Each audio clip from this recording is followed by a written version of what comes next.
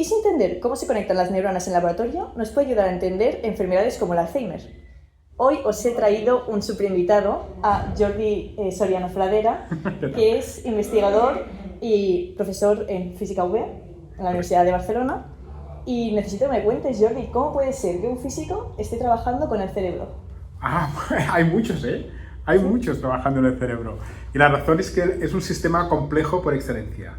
Es decir, tienes muchas partes que se comunican entre ellas de manera no trivial, a veces incluso no predecible, y hacen falta herramientas muy sofisticadas para entender cómo funciona el cerebro.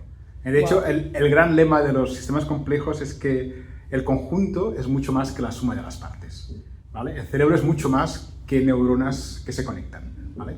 Tienes comunicación, tienes incluso a veces predicción de comportamiento, tienes corrección de errores, tienes, digamos, la capacidad en caso de daño, por ejemplo, de restablecer conexiones nuevas. Hay muchos mecanismos que no son nada evidentes y que físicos hacen falta para entenderlos. Muy bien, porque yo creo que la primera misconception que se dice es que hay muchos biólogos y mucha gente que son de medicina, pero los físicos, la gente piensa que a lo mejor hace nuclear, que eso lo hace, no sé, el universo, por ejemplo, Jordi Serra, que hicimos una entrevista anteriormente, pero es que hay mucha gente que trabaja en biofísica y en cosas relacionadas con biología que son de física. Y yo quería saber, yo he leído que cultivas neuronas, pero yo quiero saber, tú en tu día a día, ¿qué es? ¿Qué es un experimento? ¿Qué es lo que estás viendo en el laboratorio? Si nosotros hacemos cultivos de neuronas, entonces puedes comprar, digamos, cerebros de rata, ¿vale? Y entonces un cerebro de rata te puede dar fácilmente 50 cultivos, ¿vale? Wow. Puedes usar lo que se llama, en el fondo la rata justo está muerta, ¿vale? Es decir, el animal no sufre, pero son experimentos que se consideran razonables, ¿vale? Porque no puedes trabajar con gente de verdad, ¿vale? Entonces tú necesitas algún recurso, alguna célula biológica básica para poder trabajar, ¿vale? Entonces en el laboratorio se trabaja con cultivos de rata porque son muy baratos, son muy sencillos. Ya te digo, el animal no sufre, ¿vale? Eso no nos quedamos, muere, Es claro. muy importante que lo digas, vaya a ser Es muy que importante, en comentarios es te vayan... importante. Pero en el mundo de modelos animales, ¿no? Que se usan en laboratorio, y tampoco hay que esconderse con la realidad de que se usan modelos animales, ¿vale? Una cosa es que el animal sufra para hacer experimentos de cosmética, por ejemplo, o así, y otro es que tú tengas un animal, el animal lo matan de manera que se llama humana, ¿no? Que sin sufrir ni nada. Luego tú tienes un rango de pocos minutos para usar esas neuronas y ponerlas en cultivo, ¿vale? Y esas neuronas se reconocen entre ellas, ¿vale? De que pueden formar una entidad superior que es una red conectada y se vuelven a conectar, ¿vale? Se vuelven a conectar entre ellas y vuelven a tener actividad y vuelven a tener un cierto comportamiento colectivo, y eso es lo que nos fascina. Que un sistema que tienes de neuronas totalmente aisladas, inicialmente es capaz de reconectarse y dar actividad y procesar información, ese tipo de cosas. Entonces, algo muy importante es que hoy día se usan mucho cultivos de rata. Luego, quizá explicaremos también que dentro del mundo de la biología tú puedes tener animales sanos y animales con una enfermedad genética, y esa enfermedad genética, por ejemplo, puede ser asociada o puede provocar disfunción o daño en las neuronas. Con lo cual, si tú cultivas neuronas sanas y neuronas con esta disfunción, puedes ver qué les pasa a nivel de actividad colectiva, a nivel de procesamiento de información y otras cosas, compararlo, ¿vale? Y luego ver si el cultivo enfermo puedes curarlo o recuperarlo de buena manera, ¿vale? Por eso es tan importante usar modelos animales en el contexto de cultivos, ¿vale? Perdona, acabo una cosita muy rápida. Dime. Una cosa muy rápida es que hoy se usan modelos animales in vitro, pero la tecnología nueva son las células pluripotentes inducidas, ¿vale? Células humanas pluripotentes inducidas, que son líneas celulares humanas, que tú las puedes diferenciar en neuronas, ¿vale? Y hacer cultivos de neuronas humanas, sin pasar por animales. Y esa es la gran novedad desde hace 20 años o así, y la idea es eliminar por completo el uso de animales en unos 10 años, quizá, ¿vale? Wow. Es la idea, ¿eh? Pero ahora hay directrices de la Unión Europea que te obligan a limitar al máximo el uso de animales. Yo, de hecho, estoy en una comisión de la Universidad de Barcelona que trabajamos en el desarrollo de métodos alternativos a la experimentación animal. Vale. Y eso que yo soy físico, ¿vale? pero esas herramientas son muy potentes. El problema es que la alternativa que tenemos ahora son las células humanas pluripotentes inducidas, pero no funcionan 100% bien. Y ese es el problema, ¿vale? Vale. Que si funcionaran perfectamente, la gente ya habría retirado la experimentación animal hace tiempo, pero no funciona bien. Vale. Yo he tenido proyectos europeos grandes, nos han dado mucho dinero para hacer exploración en esta dirección y nos hemos visto obligados a decirle a la Comisión Europea, mira, lo siento mucho, pero voy a pausar los experimentos con células madre, los voy a pausar ahora mismo, me voy a concentrar en cultivos primarios de rata muerta, ¿vale? Me concentro con ellos porque sé que son mucho más reproducibles para entender este problema. Cuando este problema lo haya entendido y funcione, ya volveré atrás a las células pluripotentes inducidas. ¿Qué diferencias hay? Tú cuando estás en el laboratorio estás utilizando, en este caso, ratas. Tú después, ¿qué tienes que pensar que es diferente a la del humano? O sea, a las neuronas del humano. Nosotros, como físicos, que nos gusta entender cómo se reorganiza la red, ¿vale? Y luego es capaz de hacer actividad colectiva, nos gustan las ratas, primero porque es muy barato. Económicamente es muy viable. Luego tiene la ventaja de que, como son ya neuronas formadas en el cerebro de la rata, el proceso es simplemente sacarlas, disociarlas, ponerlas en cultivo y ver cómo evolucionan, ¿vale? Es todo muy sencillo y muy rápido. Y en 5 o 6 días podéis sacar datos. Eso está súper bien. ¿Qué ocurre con las células pluripotentes inducidas? Que necesitas entre semanas y meses para tener las neuronas listas en tu cultivo para hacer experimentos. Y con el riesgo de que se te infecte, de que haya alguna desgracia. Además, los protocolos son muy delicados y como si cometes un pequeño error, el cultivo puede fallar, ¿vale? La tecnología está ahí, pero aún le falta rodaje para que funcione súper bien, ¿vale? Y por eso con los físicos o la gente en general, científicos en general, intenta trabajar con los dos mundos. Hago cultivos que se llaman primarios de rata, ¿vale? Para sacar datos rápido y ver que mi idea funciona, y si funciona me voy al mundo de células madre, células pluripotentes inducidas, ¿vale? Para ver si el hecho de trabajar con células humanas de verdad, ¿vale? Aporta un resultado mejor. Por ejemplo, tratar enfermedades humanas explícitas, ¿vale? Vale, eso sería lo bonito. De eso vamos a hablar. Vale. Vale, quería saber, ya que trabajas con los cultivos de neuronas, si las neuronas se organizan de una manera en específico, se autoorganizan ellas. Se autoorganizan, sí. Ahí está también la gracia de trabajar con cultivos y lo que nos fascina como físicos, ¿no? Las neuronas las pones en cultivo, empiezan a lanzar, a intentar lanzar conexiones, ¿vale? Se encuentran en una vecina, se conectan y así poco a poco van formando una red. Y esta red, cuando el número de neuronas es suficientemente alto, empiezan a activarse y a disparar, ¿vale? Las neuronas empiezan a intercambiar información entre ellas. ¿Qué ocurre? Que la conectividad original del cerebro se pierde cuando tú disocias las neuronas y las pones en cultivo. Con lo cual, las neuronas lo que acaban haciendo es, se acaban autoorganizando, ¿vale? Como pueden, de manera aleatoria, básicamente de manera aleatoria, sí, pero con la única función, en principio, de que sean capaces de activarse, ¿vale? Y formar un poco una red nueva. Y es que las neuronas, para que funcionen como tal, tienen que recibir impulsos de otras neuronas. Si unas neuronas durante un cierto periodo de tiempo no reciben impulsos de otras, pueden activar mecanismos de apoptosis, de muerte celular, porque como si se sintieran abandonadas. Nadie me quiere, pues me muero, ¿no? Pues necesitan este contexto de un entorno donde hay actividad continua para que estén sanas, ¿vale? Y si tú tienes un cultivo, bueno, yo creo que en el modo práctico esto no se puede hacer, pero si se puede hacer un cultivo que sea exactamente al otro, ¿se organizarían de manera diferente? Buena pregunta. No, son diferentes. Es decir, si yo hago dos cultivos y hago el esfuerzo de que sean casi idénticos, misma distribución de neuronas, mismos medios todos, poco a poco, al principio serán muy parecidos, pero irán evolucionando ligeramente, en direcciones ligeramente diferentes. Y la razón es que pequeñas, lo que los físicos diríamos pequeñas inhomogeneidades, ruido, de alguna manera, pequeños errores, pequeñas diferencias, se pueden propagar, ¿vale? Para darte a largo plazo diferencias interesantes entre los cultivos. El punto interesante es que si yo preparo, por ejemplo, dos cultivos muy parecidos, que son sanos, por ejemplo, evolucionarán, quizás serán un poco diferentes, pero el punto clave es que serán entre ellos mucho más parecidos que no una pareja de cultivos enfermos. Es un poco la estrategia. Vale. Pero no puedes Pero resumiendo, tú no puedes hacer dos réplicas idénticas del mismo cultivo. Siempre hay pequeñas fluctuaciones que hacen que diverjan un poquito entre ellos. Vale. Pero estadísticamente esperas que sean parecidos. Pero a nivel estructural seguramente te dan diferencias. Claro, es que Vale. es casi imposible intentar hacerlo exactamente igual. Siempre va a haber un mini cambio.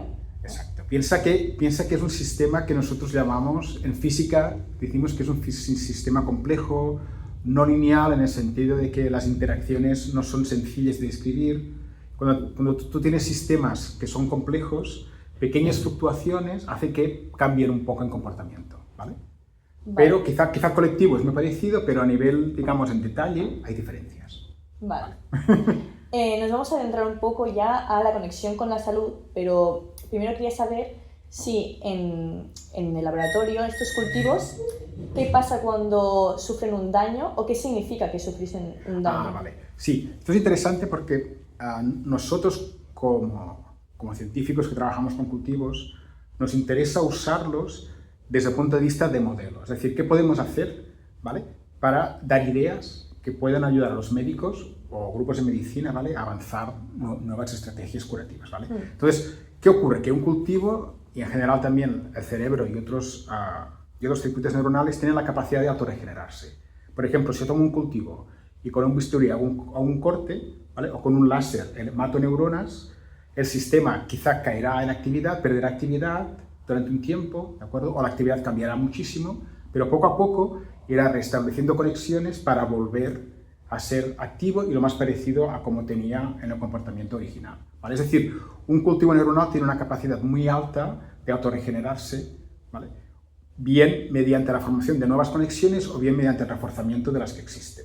El sistema siempre intentará continuar siendo activo, ¿vale? ¿Y esto por qué es interesante? Pues porque, por ejemplo, en ictus de verdad en seres humanos, pues muere un grupo de neuronas en el cerebro y las regiones circundantes intentan, de alguna manera, compensar el daño que se ha producido, ¿vale?, reforzando conexiones para intentar mantener la función que esa persona hacía, por ejemplo, moverse, hablar o lo que sea, ¿vale?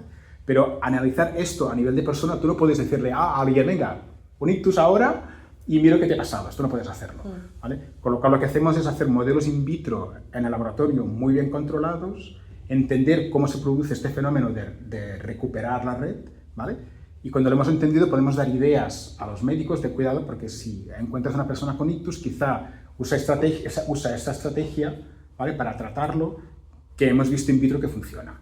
Por ejemplo, si tú aplicas estimulación, si tienes un cultivo que ha sufrido daño y le aplicas estimulación eléctrica suave mientras se regenera, acelera ese proceso de regeneración, por ejemplo. Y así puedes dar ideas al mundo médico de cómo poder tratar mejor enfermedades de gravedad en seres humanos. Para aclararlo, el ictus en el cultivo, ¿qué significa? ¿Que se muere una neurona? Una neurona o un grupo de neuronas, por ejemplo, podéis usar un láser potente para matar un grupo de neuronas, ¿vale? Y así provocas un daño focalizado y miras cómo este daño focalizado se propaga, o bien cómo el sistema no dañado es capaz de detener la propagación del daño y poco a poco ir restableciendo las conexiones para que el sistema siga funcionando, siga siendo activo. O sea, que alguien que muere por un ictus significa que a lo mejor esa propagación ya ha superado la mejora que hacen las neuronas de la red. O supera un umbral, o bien se afectan circuitos críticos para que esa persona pueda seguir funcionando. Por eso los cultivos están bien, pero hay que ir con mucho cuidado porque son sistemas muy reducidos, ¿vale? Es decir, siempre. Claro, es un sistema ideal muy reducido que podemos dar ideas interesantes, explorar qué pasa, ¿vale? Pero de hecho tenemos un par de artículos publicados en esta dirección y la gente los encontró bastante interesantes para en el futuro quizá desarrollar terapias mejores, ¿vale? Pero como ciencia básica, este tipo de investigaciones a la gente le gustan mucho. Para ver hasta qué límite, por ejemplo, si yo tengo una red, por ejemplo, de 1000 neuronas, si mueren 10, si mueren 100, si mueren 900, ¿cuál es la capacidad del sistema luego de repararse o no? ¿Vale? Y luego algo muy importante, y es que los cultivos no tienen una función. Es decir, los cultivos típicos de laboratorio no tienen este concepto de función entendido como que yo recibo estimulación o recibo información, la proceso y hago algo, ¿vale? Por ejemplo, recibo información, decido mover la mano, por ejemplo, ¿no? O recibo información visual, la proceso y luego tomo acciones, ¿vale? En los cultivos esto no existe. Luego quizá lo podemos discutir, pero un cultivo neuronal en principio no tiene información de entrada. Con lo cual este concepto de asociar un cultivo con una buena función específica que pasa en el cerebro, en el cultivo no existe de momento. ¿Vale? Por eso te decía de que cuando hay gente que sufre ictus y, por ejemplo, pierde la parla, pierde la capacidad de oír bien o ver bien, ¿vale? Depende mucho de qué región del cerebro esté afectada, que el ictus puede tener consecuencias más graves o menos graves. ¿Vale? Y también cómo se ayuda a la pobre persona, claro. Es muy complicado, ¿eh? Que te comentaba antes de que la estructura del cerebro de la rata original, digamos, la estructura de conexiones no tiene nada que ver con la conectividad aleatoria que se forma en una red de laboratorio, ¿sí? en una placa de Petri. ¿Qué ocurre? Que el modelo que tú tienes en la placa de Petri es demasiado sencillo, ¿vale? Demasiado sencillo para quizá las enfermedades o el problema que tú quieras investigar, ¿vale? La red es una red aleatoria, con lo cual igual no te interesa que sea tan aleatoria. Con lo cual, ¿qué se hace? Pues se hace algo que se llama neuroingeniería, que es que tú pones o intentas poner neuronas y conexiones que siguen direcciones concretas, o que estén, por ejemplo, unos en pozos, otros en zonas elevadas, ¿vale? Que tengas, por ejemplo, una conectividad a veces siguiendo caminos paralelos, un grupo de neuronas aquí, otro aquí, conectadas, luego otro aquí, ¿sabes? Que tengas grupos muy bien controlados de neuronas con muy bien controlada la conectividad. Esto se llama neuroingeniería. Y esto te permite hacer sistemas vivos in vitro que tienen una arquitectura parecida a la del cerebro. ¿Y eso por qué me mola? Pues porque tengo un modelo in vitro que conceptualmente se me acerca mucho más al cerebro y los datos que obtenga en este modelo in vitro son mucho más adecuados para entender posibles anomalías en el cerebro. ¿Vale? ¿Vale? ¿Te pongo un ejemplo rápido? Sí, bueno, un ejemplo rápido sería que en el cerebro tú tienes lo que se llama la corteza del cerebro, ¿vale? Que tienes la parte motora, la parte visual, la parte auditiva, la parte ya de procesamiento cognitivo más avanzado, pero todas ellas forman lo que se llaman módulos. Es decir, si tú estás mirando la película tú recibes el audio por un lado y el vídeo por otro, pero los separas, los analizas independientemente y luego los pones juntos. Y los pones juntos, además con toda la información que tú tienes de tu experiencia vital para entender la película, ¿vale? Una misma película no la entendería una persona occidental que una persona quizá en una tribu africana. No la entendería porque no tienes quizá el contexto, ¿vale? Entonces tú pones a la vez tres zonas del cerebro, la visual, la auditiva y la parte más cognitiva, las pones en juego para entender la película. Son tres áreas, ¿sí? ¿Me sigues? Sí. Entonces, a nivel del cerebro, estas áreas se llama modularidad. Tú tienes módulos. Y es la manera natural de trabajar del cerebro. Módulos que trabajan independientemente por un lado y luego se conectan para intercambiar información. Si tú consigues hacer eso a nivel de cultivo, tienes un modelo in vitro súper chulo, mucho más realista que no una red aleatoria que se ha formado como ha podido. ¿Me sigues? Sí. Y ahí está la gracia de hacer neuroingeniería, ¿vale? Que es lo que hacemos nosotros, de hecho. ¿Vale? Es lo que hacéis. Exacto.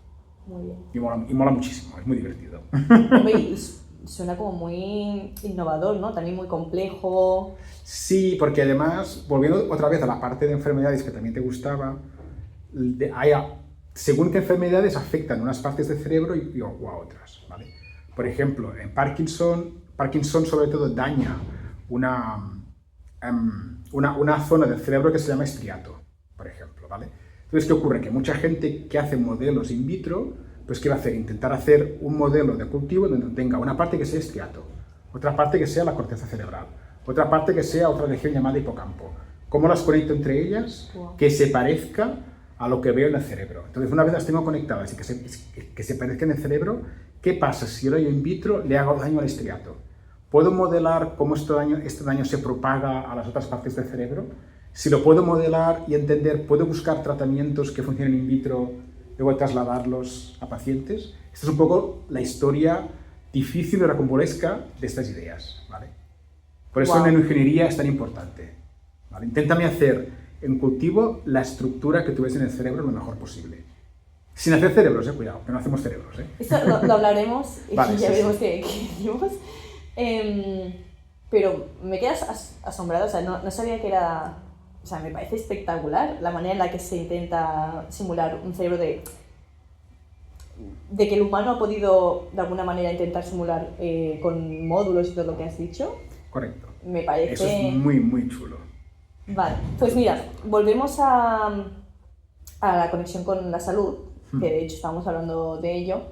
El Alzheimer, que es algo que padece mucha gente y de hecho tiene que ver con la memoria. Yo quería saber si lo estudiáis, cómo lo estudiáis, qué le pasa al cultivo. Es un buen ejemplo porque justamente tuvimos un proyecto, un contrato con la Caixa, con la Fundación La Caixa, ¿vale?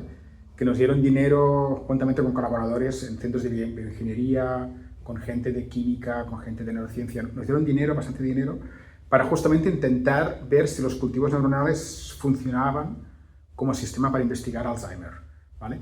Y lo que vimos es que no, es un sistema demasiado sencillo. Y es porque el Alzheimer es una enfermedad muy compleja, ¿vale? Donde las neuronas se van, los axones se van dañando, ¿vale? ¿Qué son los axones? Los axones son, digamos, los cables que de alguna manera pasan información de una neurona a otra, ¿vale? Vale. Entonces, en Alzheimer está muy bien documentado que tú tienes un deterioro gradual, ¿vale? De la conectividad de los axones en la red, ¿vale? Y que ese deterioro gradual, a la larga, lleva a problemas cognitivos graves, ¿vale? Y finalmente, bueno, ahora sabemos, ¿no? La muerte de la persona, ¿no? Entonces, la idea que nos planteamos era ver si in vitro podíamos usar un cultivo neuronal sencillito, ¿vale? Y luego ponerle los agentes, las proteínas que están moldeadas de manera errónea, ¿de acuerdo? ¿Vale? Hay mucho debate sobre el Alzheimer. Aún hay dos teorías, que es la teoría Tau, ¿vale? Y la teoría beta-amiloide, están bajo mucha discusión, ¿vale? Hay muchos artículos, se han intentado terapias en ambas direcciones que aún no acaban de funcionar, ¿vale? Pero la idea de nosotros era, vamos a intentar buscar la idea Tau, la idea beta-amiloide, vamos a usar las proteínas que sabemos o que la gente cree que provocan el daño en el cultivo o en la red en general, ¿vale? Pues ponemos esas proteínas en el cultivo y vemos si el cultivo se está muriendo o tiene alguna cosa que podamos realmente, de manera estadística, corroborar de que le pasa algo grave, ¿vale? Primer problema, eso es muy bonito, suena muy bonito sobre la mesa porque in vitro quieres investigar una enfermedad muy compleja, ¿vale? Primer problema, los cultivos intentan repararse todo el rato a sí mismos, con lo cual quizá tú estás haciendo daño, pero no lo puedes ver fácilmente, porque a nivel dinámico, a nivel de actividad, a nivel de comportamiento, el sistema está todo el rato compensando por el daño que tú le estás haciendo, ¿de acuerdo? Ese era el primer problema, que no vimos a nivel de comportamiento, ¿vale? Del cultivo, no vimos cambios muy importantes. Segundo problema, el cultivo típico de laboratorio es el que te decía que es con una conectividad muy aleatoria. Sí. Entonces, eso dificultó mucho entender cómo Alzheimer, por ejemplo, afecta a la memoria o afecta a ciertas partes del cerebro y no a otras, ¿vale? Una persona puede tener Alzheimer, puede tener problemas de memoria graves, pero puede seguir andando, por ejemplo, ¿no? Entonces, afecta a la parte cognitiva, pero no a la parte motora, o quizá más tarde, ¿vale? Con lo cual, todo esto, investigar cómo diferentes regiones, diferentes módulos que decía antes, ¿vale? Se ven afectados con mayor o menor grado, y sobre todo, la conexión entre estos módulos también cómo se afecta, todo esto es muy difícil de investigar bien in vitro de momento, a no ser que lo que te decía antes de neuroingeniería se avance mucho más, ¿vale? Pero resumiendo, hay mucha gente que ha intentado investigar Alzheimer in vitro, pero es un sistema que creemos es demasiado limitado, hay que ir mucho más allá. Hay que hacer sistemas diseñados mucho más eficientes, ¿vale? Mucho más complejos a nivel de estructura para que el modelado funcione bien, ¿vale? Vale. Y es un drama, ¿eh? Porque, por ejemplo, ahora hay diferentes agencias del mundo que intentan aportar dinero, mecenas sobre todo, o institutos de investigación, que intentan justamente aportar dinero a este esfuerzo de hacer ingeniería mucho más elaborada para tener buenos modelos in vitro. El problema es que ahora mismo no hay modelos in vitro súper buenos que pueda usar todo el mundo para testear enfermedades. Por eso estamos ahí nosotros. Bien, ¿vale? Y de hecho, las dos teorías que has dicho de Alzheimer, a grandes rasgos, ¿qué diferencias tienen una de la otra? Bueno, conceptualmente se cree que las dos llevan a la formación de placas, ¿vale? Se llaman placas de beta-amiloide o placas de Tau, ¿vale? De proteína Tau. En ambos casos los mecanismos, digamos, moleculares son diferentes, ¿vale? Pero ambas te llevan aparentemente a la formación de unas placas en el cerebro que son las que se cree que están dañando la conectividad de la red, ¿vale? Pero son proteínas diferentes. Vale, o sea, y son esas dos teorías, no hay ninguna que la comunidad científica esté súper a favor, sino están las dos. Bueno, es complicado porque además, si tú lo miras en más detalle, Alzheimer es una enfermedad que pertenece o que se la engloba en un grupo que se llaman taupatías en general, ¿vale? Y taupatías es esta proteína que se llama tau, ¿vale? Que cuando se pliega de manera anómala, ¿vale?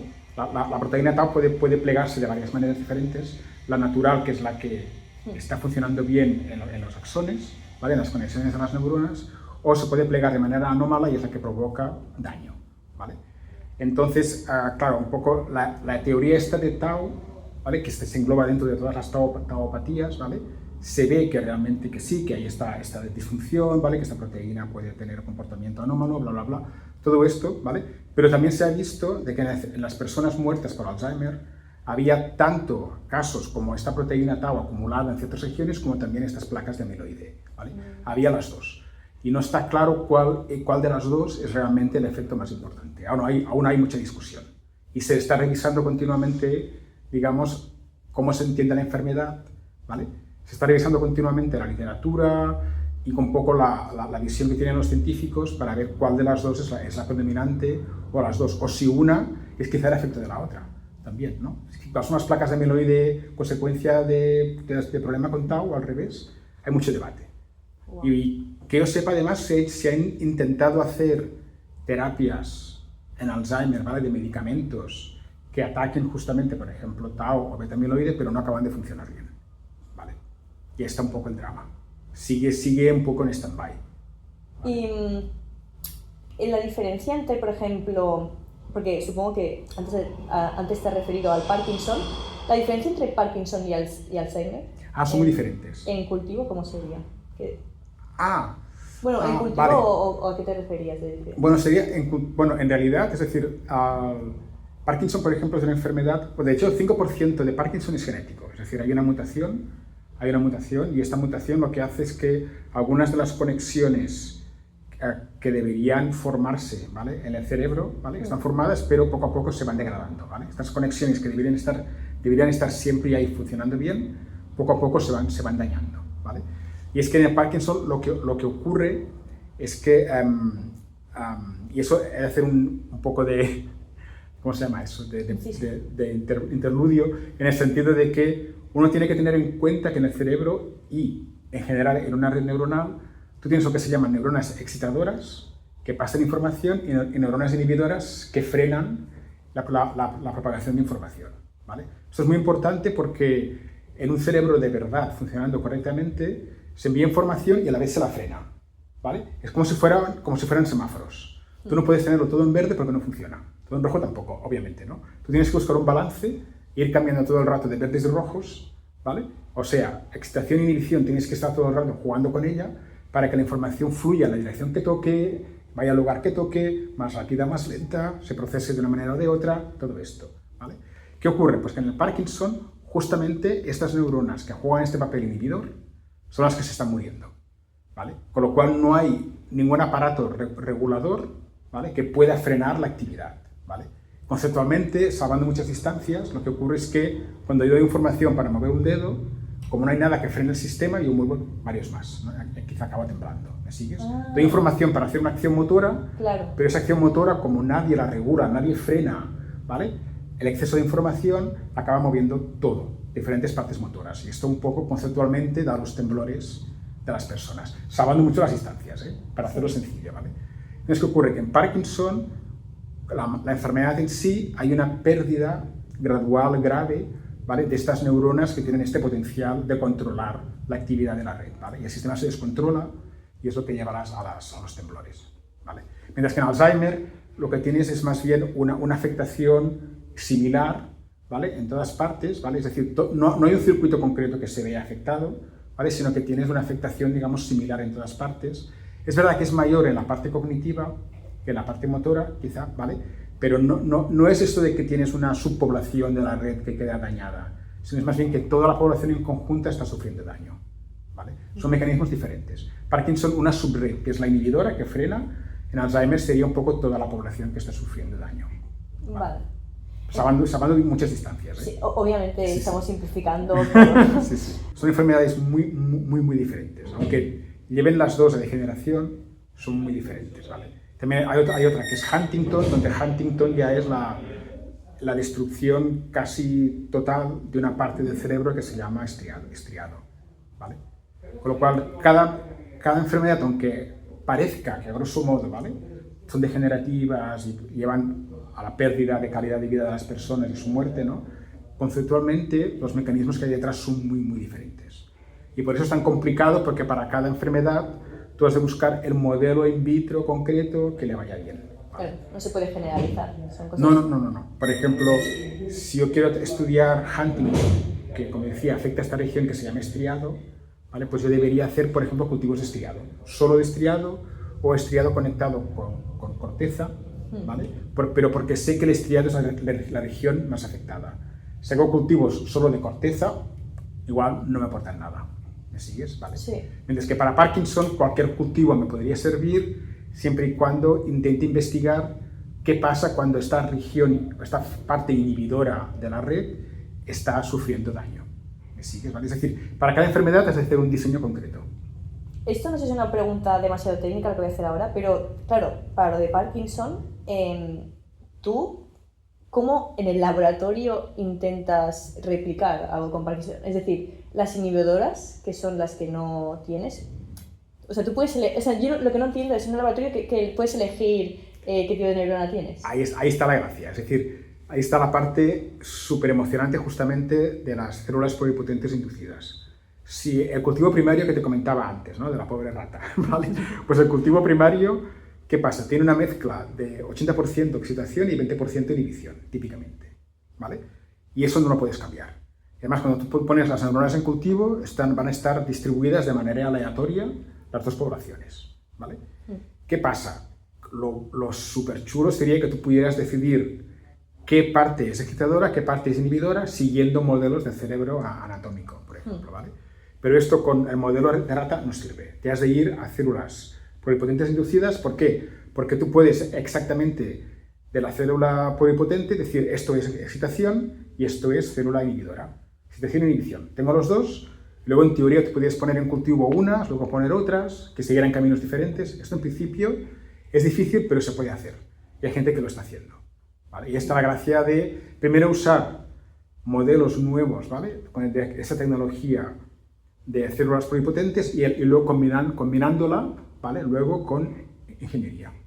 ¿Vale? Ahí está la parte guay. Vale, es que cuesta a veces, a nivel conceptual, ya es difícil seguirla a veces, no a ti, porque tú lo estás explicando súper bien, pero quiero decir que es un tema complejo y ese a nivel físico digo, bueno, es que ¿cómo lo puedes hacer, cómo lo puedes plasmar ya al mundo real todas estas ideas? Es muy difícil, piensa que solo en Barcelona fácilmente puedes tener 1000 personas trabajando en Parkinson, centenar o también cerca de 1000 en Huntington. Porque también afecta a mucha gente, ¿no? Y supongo que para el gobierno puede ser un resultado bueno. Bueno, claro, correcto.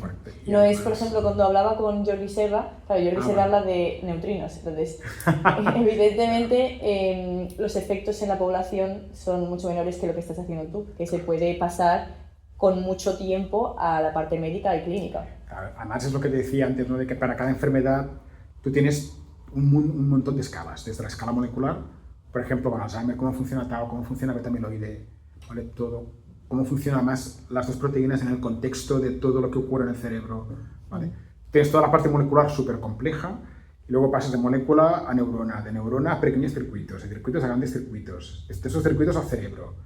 Entonces tú tienes diferentes escalas y tienes por un lado desde la biofísica o biología molecular pura y dura, luego tienes a la actividad, cómo se propaga la actividad, información o pérdida de información, todo esto, ¿no? Con lo cual tú tienes diferentes escalas que se entrelazan entre ellas y por eso te hace falta grupos de investigación gigantes que cada uno cubre de diferentes aspectos y luego los integren, ¿vale?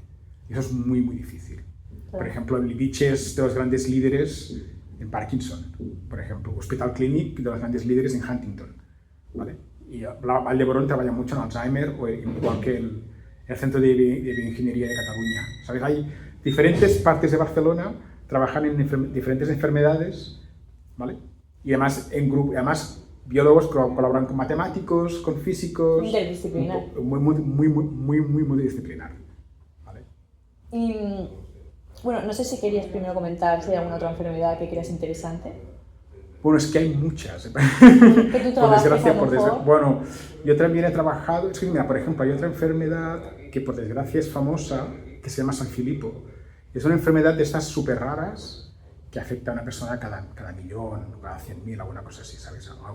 Pero que por alguna razón en España, particularmente en el norte de España, hay mucha gente que la padece. Mucha gente, igual son 1.000 personas dentro de varios millones, ¿eh? Porque es una enfermedad extremadamente rara, ¿vale? Pero esta enfermedad, por ejemplo, lo que ocurre es que la neurona muere. La neurona tiene un problema en la metabolización, ¿vale? De digamos, de todos los nutrientes que le llegan, ¿vale? Y salvando también distancias, ¿vale? No es capaz de liberar residuos correctamente, ¿vale? Estos residuos se acumulan dentro de la neurona finalmente muere, ¿vale? Con lo cual, es un ejemplo interesante como científicos, ¿vale? Porque no mueren axones, no mueren conexiones, sino que es la neurona la que está muriendo, ¿vale? Y esta enfermedad, como es muy rara, pues se ha investigado poco, siempre tienes este concepto muy delicado a nivel ético, ¿vale? De que si has de poner recursos en todas las enfermedades o solo las que afectan a la mayoría y las que son minoritarias, pues mira, será lo que se pueda, ¿vale? Ahí está un poco el problema. Y claro, que ya entrarías en un debate muy complicado también con el mundo farmacéutico, si me interesa o no me interesa, ¿vale? Pero en general en España y en el mundo, todas las enfermedades, sean, digamos, más de mayor afectación, ¿vale? O raras, todas se intentan investigar, ¿vale? Por ejemplo, hay varios grupos en Barcelona trabajando, por ejemplo, en esta enfermedad de San Filipo, ¿vale? Pero es interesante comentártela por eso, porque justamente es un modelo totalmente diferente. No mueren conexiones, mueren neuronas, ¿vale? Es decir, que en las otras enfermedades que hemos hablado, a lo mejor el principal protagonista es la conexión entre neuronas más que la neurona como tal. Exacto. Un poco es la idea, ¿vale?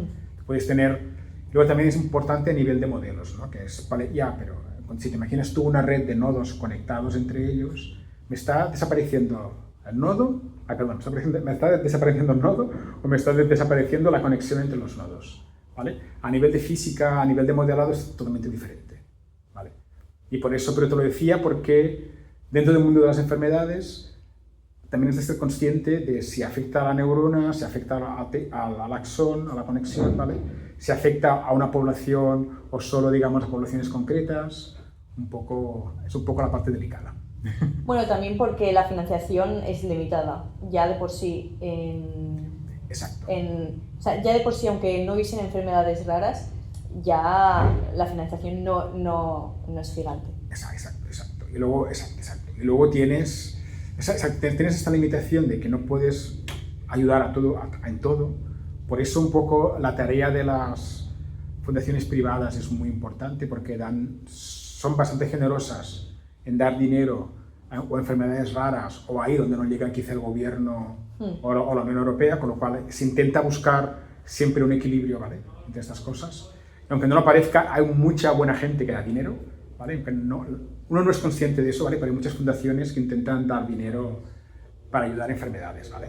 Ya sea conocidas como la Caixa, ¿vale? Skoplovich, ¿vale? Hay muchas fundaciones y es súper importante, ¿vale? Y entonces un poco, en el contexto es sí, hace falta ayuda, cuanto más ayuda mejor, ¿vale? Y normalmente casi siempre va a grupos serios que intentan ayudar lo mejor posible con los recursos que tienen, ¿vale? ¿Tiene relación, antes de pasar a lo mejor a robótica y más a inteligencia artificial, ¿tiene relación el Alzheimer con la pérdida de memoria natural con los años? Digo, la vejez, bueno, ¿se ha estudiado? Bueno, claro, el Alzheimer acelera un poco la pérdida de memoria, pero es que además es algo totalmente natural, se va perdiendo memoria con el tiempo, pero además es un problema delicado porque aún no se entiende muy bien cómo funciona la memoria, ¿vale? Es decir, a nivel popular la gente se imagina que tenemos como chips colocados ahí en la cabeza, ¿vale? Como si fueran RAMs, ¿no? En la cabeza, pero no, la memoria está como distribuida, es decir, la memoria es una red donde neuronas que pueden estar incluso muy lejos entre ellas, ¿vale? Comparten una parte del concepto que tú tienes memorizado, ¿vale? Un ejemplo muy divertido que puedes experimentar es que si yo te hago dibujar ahora un billete de 20 euros, me dirás que, uy, tengo un problema porque he visto miles. Sí. Durante años he visto un montón de billetes de 20 euros, pero no sabía dibujar. Salía un rectángulo y 20. ¿Sabes que hay un 20? ¿Sabes Sí. que hay un mapa de Europa, quizá? Sí. ¿Sabes que quizá hay un puente o alguna cosa así? ¿Vale? Pero tu cerebro no guarda exactamente de manera fotográfica la información, guarda el concepto. De manera que cuando tú lo ves, se activa, hay una cascada de información en el cerebro que te hace decir, ah, lo reconozco como el billete de 20 euros. Pero tú no guardas la información exacta, guardas solo una especie de concepto como un poco difuso, ¿vale? Y que a veces te puede llevar a confundir diferentes billetes, ¿no? Si vas a un país y ves un billete azul con el mismo tamaño, igual, hostia, 20 euros. Ah, no, que me he equivocado, ¿no? Esa parte divertida, que la memoria se guarda de manera que aún no entendemos, ¿vale? Y esto hace que sea extremadamente difícil de entender, ¿vale? Además que a veces, por ejemplo, la gente puede mezclar animales y objetos, ¿vale? O hay enfermedades que mezclan olores con objetos que ves, ¿vale? Es decir, está todo como mezclado y es muy difícil categorizarlo bien y entenderlo bien. Ahí está la gracia. Además, algo divertido es que tu cerebro recicla continuamente, es decir, tú no puedes recordarlo todo. Entonces, por ejemplo, tú igual, tú no puedes recordar qué has comido cada día durante los últimos años, no lo puedes recordar, pero sí te acordarás del día que esa comida te intoxicó o el día en que no comiste en todo el día. Eso sí que quedará grabado porque es parte de tu supervivencia y eso sí que quedará muy, muy bien grabado. Pero mucha información, digamos, se guarda, se usa temporalmente y luego se pierde para guardar otra información, ¿vale? No tenemos un banco de memoria infinito. Y además mezclas cosas. Un experimento muy divertido en el que yo participé es que te pueden enseñar un cuadro. Te enseñan un cuadro, ¿vale? Por ejemplo, de Van Gogh. ¿Vale? Un cuadro bonito, te dicen que memorízalo, estúdialo, guárdalo bien en tu memoria. Y luego te preguntan, en intervalos de tiempo cada vez más espaciados, qué había en ese cuadro. Claro, la gracia es que tú no has hecho trampa. Trampa significa que tú no lo vas a volver a ver, ¿vale? Pero tienes un cuadro que había, por ejemplo, una cama, una ventana, una mesita de noche, un reloj, quizá un jarrón. Pues tú, pues había esto, lo explicas. Al cabo de una semana te preguntan qué había, pues lo explicas. Luego, al cabo de un año, ¿qué había? Hostia, déjame pensar, déjame recordar qué había. Al cabo de 10 años. Y a veces lo que tú recuerdas que había en ese cuadro original, igual no tiene nada que ver. ¿Te puedes llegar a inventar cosas? Te puedes llegar a inventar muchísimas cosas y quedarte quizás solo con el concepto de que había una cama seguro, ¿vale? Una cama estoy segurísimo. Y lo demás quizá te lo puedes ir inventando. Pero había ventanas, creo que sí, pero estaba abierta o cerrada, no me acuerdo. ¿Sabes? Estas cosas, ¿no? Y es muy divertido porque tu cerebro, a medida que tú vas teniendo experiencias vitales, vas reconfigurando lo que tienes guardado y le das una interpretación diferente a veces. Es lo mismo que leer un libro o mirar una peli. Hace 20 años ese libro o esa peli te podía gustar y ahora no. Es porque el contexto en el que la estás mirando o leyendo el libro es muy diferente. ¿Vale? Bueno, en fin.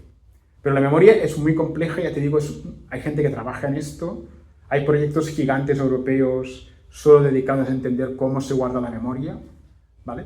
Ya te digo, cuesta mucho de entender, imagínate si además tienes todo el problema añadido de la pérdida acelerada debido a Alzheimer, ¿vale? Es muy difícil. Wow, es súper interesante. Es súper interesante, muy emocionante, pero también da un poco de yuyu. Sí. Porque también pobre gente la que sufre Alzheimer, claro. No, ya. O sea, de hecho, este tema a mí me parece muy curioso de manera científica, pero también me parecía interesante por experiencias personales, ya que cada vez conozco más gente, y en mi caso pues soy yo también una de ellas, que tiene algún familiar que tiene Alzheimer. Creo que todos, claro, ¿no? Fácilmente cualquier persona que encuentres sabrá de alguien. Bueno, mi abuela murió de Alzheimer, por ejemplo, la tuya.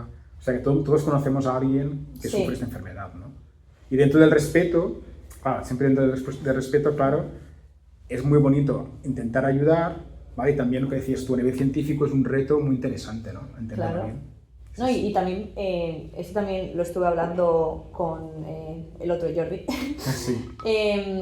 De que también es una inquietud que todo el mundo puede tener, aunque tú no tengas una enfermedad como Alzheimer, la memoria son como grandes preguntas que todo el mundo tiene, ¿no? Y que yo creo que ahí es un gran punto para acercar la ciencia a la gente, ya que todo el mundo puede tener estas dudas. Te quería comentar que además de las enfermedades que hemos comentado que algunas son degenerativas por trauma o por genética, ¿vale?